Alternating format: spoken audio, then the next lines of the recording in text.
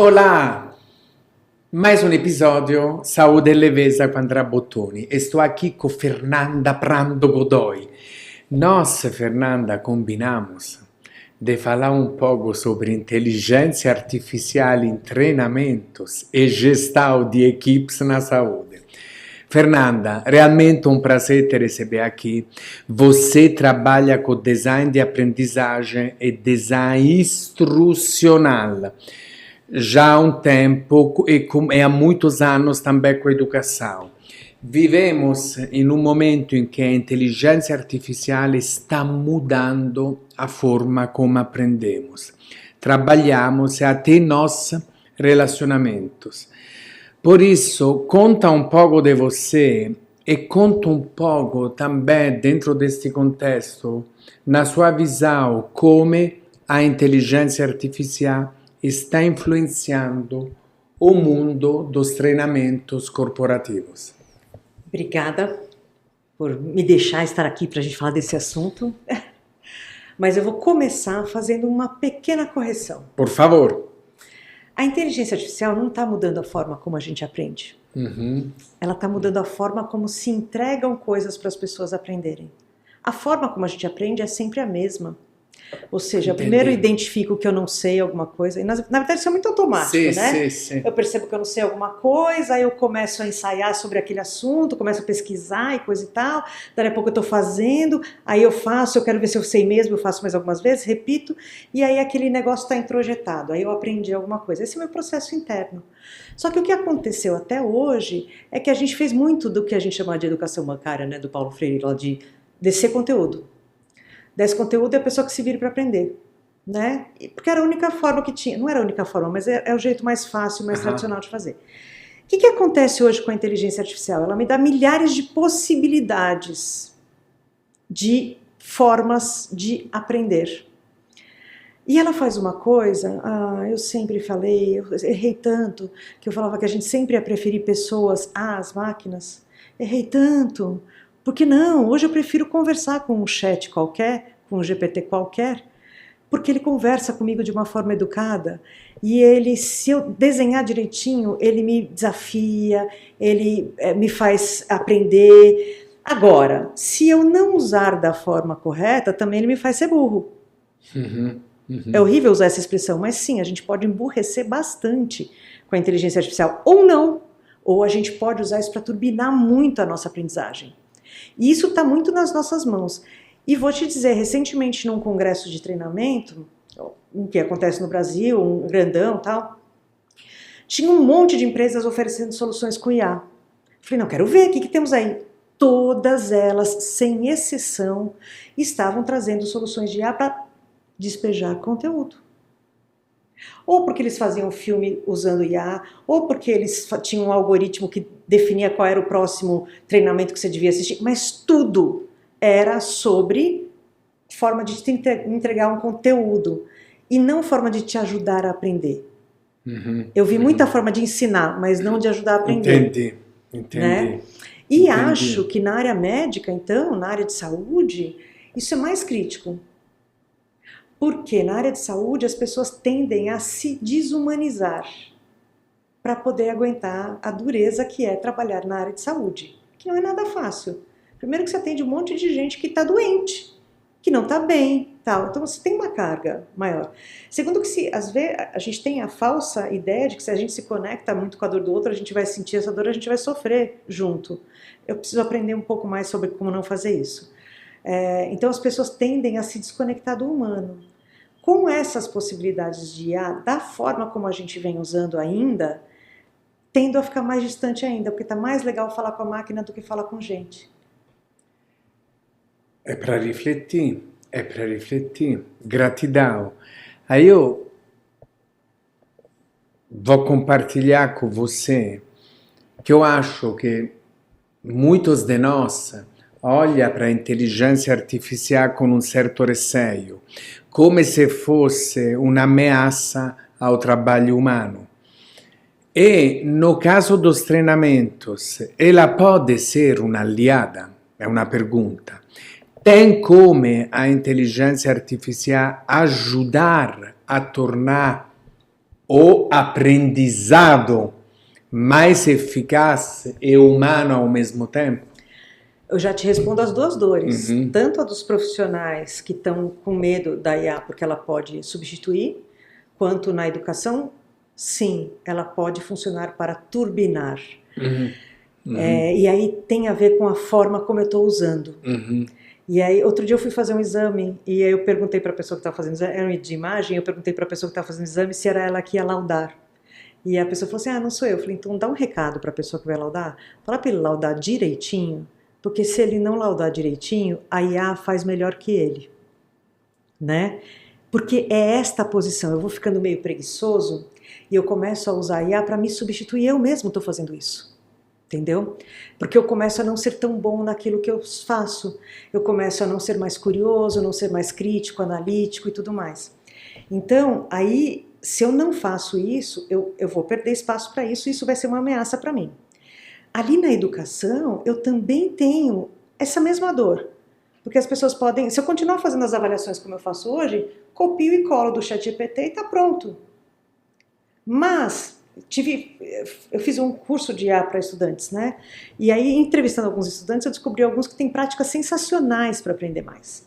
Tem um menino de ciências da computação que ele me disse que ele pede para o chat não responder para ele. Ele pede, porque ele fala assim, quando é que eu vou usar? Quando eu estou travado em alguma coisa, eu estou tentando fazer meu exercício, minha programação, né? E travei, não consigo achar saída. Eu vou para a inteligência artificial e pergunto, qual é o primeiro passo? Como é que eu destravo? Mas não me dê a resposta completa. Porque aí ele tem é sair da página em branco, né? Ele tem um pequeno twist e dali ele evolui. Uma outra menina, ela dizia que ela foi fazer um mestrado fora do Brasil e o inglês não é a língua materna dela, então ela conversava com o chat para saber se ela tinha compreendido direito os livros que ela estava lendo. Então ela conversava trazendo, esse conceito é isso, mas pode significar isso, ou o que mais pode significar? Mas isso daqui não é um contraponto daquilo, ela conversava. Com isso, com essa conversa, além dela estar treinando a máquina para evoluir a forma de pensamento e de resposta, ela está se provocando. Ela está provocando o próprio pensamento. Então, é este tipo de abordagem que eu tenho que ter. Pegar os dados de uma inteligência artificial e analisar como um humano. Porque o que a inteligência artificial é? Ela é o que a gente é numa velocidade maior. Ou seja, ela reúne dados e, olha, entrega padrões. Enxerga o padrão e entrega pra gente. A gente faz isso com tudo, só que a gente demora um pouco mais. E a gente não consegue trabalhar com muitos dados ao mesmo tempo. Ela trabalha muito mais rápido com muito mais dados. É só isso. Então ela tem uma função nossa muito turbinada. Deixa eu aproveitar esse turbo. Por isso, no fundo, muito obrigado, Fernanda, dipende do como se usa. Exatamente. Eu diria que a gente tem que usar de forma ética e responsável. E aí, justamente, nesse ponto que você falou, ética e também sensibilidade e também limites, come o uso da inteligência artificial equilibrar esse uso com a sensibilidade humana, especialmente em temas como saúde mental e relações de trabalho. E ti pergunto também até que ponto a tecnologia pode ajudar e onde, vamos dizer assim, começa o papel insubstituível das pessoas. Eu tenho para mim, com tudo que eu tenho estudado de tecnologia, de inteligência artificial e tal, que a nossa evolução enquanto espécie humana, para quem está me ouvindo e já me conhece, vai estar ouvindo de novo isso que eu falo à torta direita. A nossa evolução enquanto espécie depende de um retorno à pré-história, que era quando a gente olhava para as estrelas e pensava, por que tem essa luz e durante o dia eu não vejo? Por que tem alguém que me segue durante o dia e não me segue durante a noite? Que eu olho para trás e está aqui atrás de mim, né? Óbvio que não são as mesmas perguntas, porque a gente já tem muitas respostas, mas é ter essa atitude, esse comportamento curioso. Porque eu preciso conectar com aquilo que é mais humano que eu tenho para poder compor com a inteligência artificial. Só que eu estou vindo de uma história onde a gente vem aprendendo a ser extremamente competente tecnicamente. Esta competência técnica, ela é muito facilmente substituída pela inteligência artificial. Eu fui abrindo mão das competências humanas em prol de competências técnicas. Eu fui aprendendo a ser a melhor pecinha do computador, da máquina burocrática da empresa, do país, do mundo. Eu abri mão dessas características humanas. O que eu preciso fazer hoje, porque é o que a IA não faz, eu preciso voltar a ser humano. Eu preciso voltar ao contato com a natureza. Eu preciso voltar ao contato com a natureza que habita em mim, porque eu sou parte da natureza e eu me desconectei de mim. E isso é o que impacta, essa desconexão é o que impacta na saúde mental hoje. A gente não tem problemas em ter situações estressantes, a gente tem problema em só ter situações estressantes e não ter o tempo de recuperação, né? E eu me coloco nisso, eu que estou me colocando nessa culpa de não ser tão produtivo quanto eu poderia ser. Então eu tenho que sair desse lugar, voltar a me conectar quem é um ser humano. O que é a vida para mim? O que é a vida no mundo? O que é para juntar e somar? Porque caso contrário, se eu continuar nesse lugar da melhor tecnicidade, posso ser o melhor. Ela vai ser mais rápida que eu. Gratidão, Fernanda.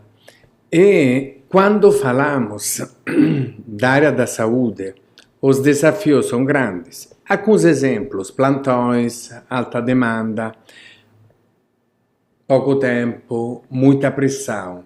De que forma a inteligência artificial pode contribuir para a gestão de equipes de saúde sem desumanizar o processo? O que vai desumanizar o processo é a pessoa humana que definiu os parâmetros para aquela inteligência artificial ser utilizada. Eu já tenho para mim uma coisa que eu olho e falo, nossa, o que a gente está fazendo com a gente, né? Hoje, esquecendo a inteligência artificial, né? Hoje na prática médica, num hospital, por exemplo, na gestão de um hospital, bom, você está lá internado, você tem que receber algumas medicações, alguns procedimentos, enfim, tem um protocolo para aquilo. Dentro do protocolo tem, você vai bipar a pulseirinha, você vai bipar o quarto, para evitar o erro na administração de um medicamento. Você tem uma série de coisas que você fez mecânicas para evitar o erro. Você fez todas essas coisas deixando as pessoas de lado. Porque você está fazendo coisas para as pessoas perderem a atenção. Elas não precisam ter atenção. Se elas biparem aqui, bipou ali, não deu match, o aparelho vai acusar. Ela não precisa pensar mais. Então, é neste lugar que eu preciso cuidar para não, de fato, substituir o pensamento humano, o pensamento crítico. Porque, às vezes, é o olhar atento de uma enfermeira, aliás, talvez do assistente de enfermagem que pode levantar a lebre sobre alguma situação que ninguém notou, né? Então eu preciso melhorar, então eu preciso cuidar. Quando eu vou definir quais são os parâmetros em que eu vou usar a inteligência artificial, eu vou usar para quê? Assim, isso vai tirar as tarefas repetitivas das pessoas, e eu vejo isso acontecer pra caramba, tá? Eu otimizo o processo e eu demito pessoas, porque agora eu posso ter só uma pessoa para fazer aquilo. Não é esse o caminho. Não é esse o caminho. Talvez você reduza um pouco o quadro, sim, tal, mas que tal pegar essas pessoas para aplicar na humanização dos atendimentos, para melhorar a qualidade analítica dessas pessoas no dia a dia. A qualidade percebida. Exatamente. Perché por isso, claro che, enfim, una cosa a teoria è una cosa a pratica, Sim. ma de fatto o che desumaniza é o ser humano que está por trás ou junto da inteligência artificial, não é a inteligência artificial em si. Exato. E pensando um pouco no futuro dos treinamentos na área da saúde, você acredita que o futuro desses treinamentos na área da saúde será híbrido, tipo, entre humano e o digital? Que tendências você já observa nesse sentido, Fernanda? Eu olho para a área da saúde, para a educação na área da saúde, e eu vejo muitas coisas muito avançadas, mas eu vejo muitas coisas muito antiquadas mesmo. Eu vejo uma aula de um professor, às vezes, ainda de uma forma muito antiquada, muito descendo o conteúdo, tá, né? Eu acho que tem que ser quanto mais híbrido, melhor. Quanto mais eu parto de experiências reais ou de experiências práticas, misturo pessoas diferentes, áreas diferentes, complementares na saúde, porque os olhares complementares, eu preciso parar com a briga dos silos, né, na saúde, das diferentes especialidades, do médico versus enfermeiro, do enfermeiro versus fisioterapeuta, eu preciso parar com isso, eu preciso começar a integrar isso para eu ter mais ganhos. Eu deveria fazer isso dentro da educação em saúde, com mais frequência, porque é óbvio, quando eu falo na educação acadêmica, a escola do enfermeiro é um, do médico é outro, do fisioterapeuta é outro, do psicólogo é outro, ok. Mas a vida como ela não é todo assim. junto e misturado. Exatamente. É trabalho em equipe, exatamente. é sinergia, integração, interação. Só que eu continuo tendo as piadas dentro das escolas sim, de aquele lá de não sei o quê, aquele não sei o quê. E eu levo isso para o meu dia a dia. Né? Então eu acho que tem muito espaço. E ao mesmo tempo, eu acho que a inteligência artificial ela consegue turbinar algumas coisas para que a gente atenda a uma demanda que existe, que eu preciso fazer isso em menos tempo. Só que existe o tempo de aprendizagem das pessoas. Então eu posso criar ferramentas que sejam mais potentes para gerar aprendizagem, que não levem tanto tempo, mas eu posso me aplicar mais tempo em trazer essas questões de humanidade, das diferenças, que é o que faz o pensamento ficar mais... Você tem mais repertório mesmo, né? Para poder tratar com essa diversidade de pacientes e de sistemas que você tem que atuar. Gratidão, Fernanda Prando Godoy. Para quem está nos ouvindo, nos acompanhando e quer começar a integrar inteligência artificial nos processos, Fernanda, processos de treinamento e na gestão, qual seria o primeiro passo prático para dar início a esta transformação? Bom, o primeiro passo, eu acho que é de fato entender o que é inteligência artificial, porque a gente vem falando muito dela a partir da liberação do ChatGPT, né, da inteligência artificial generativa, onde ela gera conteúdos. Mas a gente vive com inteligência artificial há muitos anos, desde 1954, eu acho. O seu tocador de música, ele tem um algoritmo que toca as músicas que você gosta. A rede social, a mesma coisa. Isso é inteligência artificial. Isso já era inteligência artificial, né? Então, assim, entenda um pouco melhor para você pensar em muitas possibilidades. Porque a gente está acessando num nível muito pequeno de possibilidades. Quando você começa a conversar com pessoas que mexem com isso, você começa a ficar encantado com tantas possibilidades. E de coisas que são pequenas, às vezes, mas que podem fazer muita diferença, né? Então, primeiro vai conhecer. Não fica só brincando com o chat. Tem 1000 cursos online gratuitos para você fazer, né? Para você entender o que é. A partir disso, começa a brincar com a história de criar agentes para você, mas agentes que te desafiem, que façam perguntas para você. Coloca alguém para fazer você pensar, coloca a inteligência artificial para fazer você pensar melhor. Lembra, a inteligência artificial precisa ser supervisionada. Ela alucina, sim, mas a alucinação é até fácil de perceber, porque é uma coisa sem noção. Só que muitas vezes ela é muito gentil com a gente e ela responde coisas erradas. Eu mesmo fui fazer uma comparação entre duas metodologias e ele me fala, essa daqui é mais estratégica, essa daqui é mais tática. Eu falei, ok, me explica por que uma é mais estratégica e outra é mais tática. E aí quando ele explica as duas iguais. Entendi. Entendeu? Então eu preciso ter esse pensamento crítico. Então não é só copiar e colar. É ter conversas maiores, é desafiar, tal, é brincar com isso para pensar em possibilidades, mas não em possibilidades de entregar conteúdo. Gente, isso Google faz, o chat faz, Copilot faz, todo mundo faz, né? YouTube faz. Como é que eu estimulo, como é que eu uso isso para estimular alguém a aprender? Eu quero fazer um questionário para fazer... Que questionário? Que tipo de pergunta eu quero fazer para estimular a pessoa a querer responder esse questionário? Gratidão, Fernanda!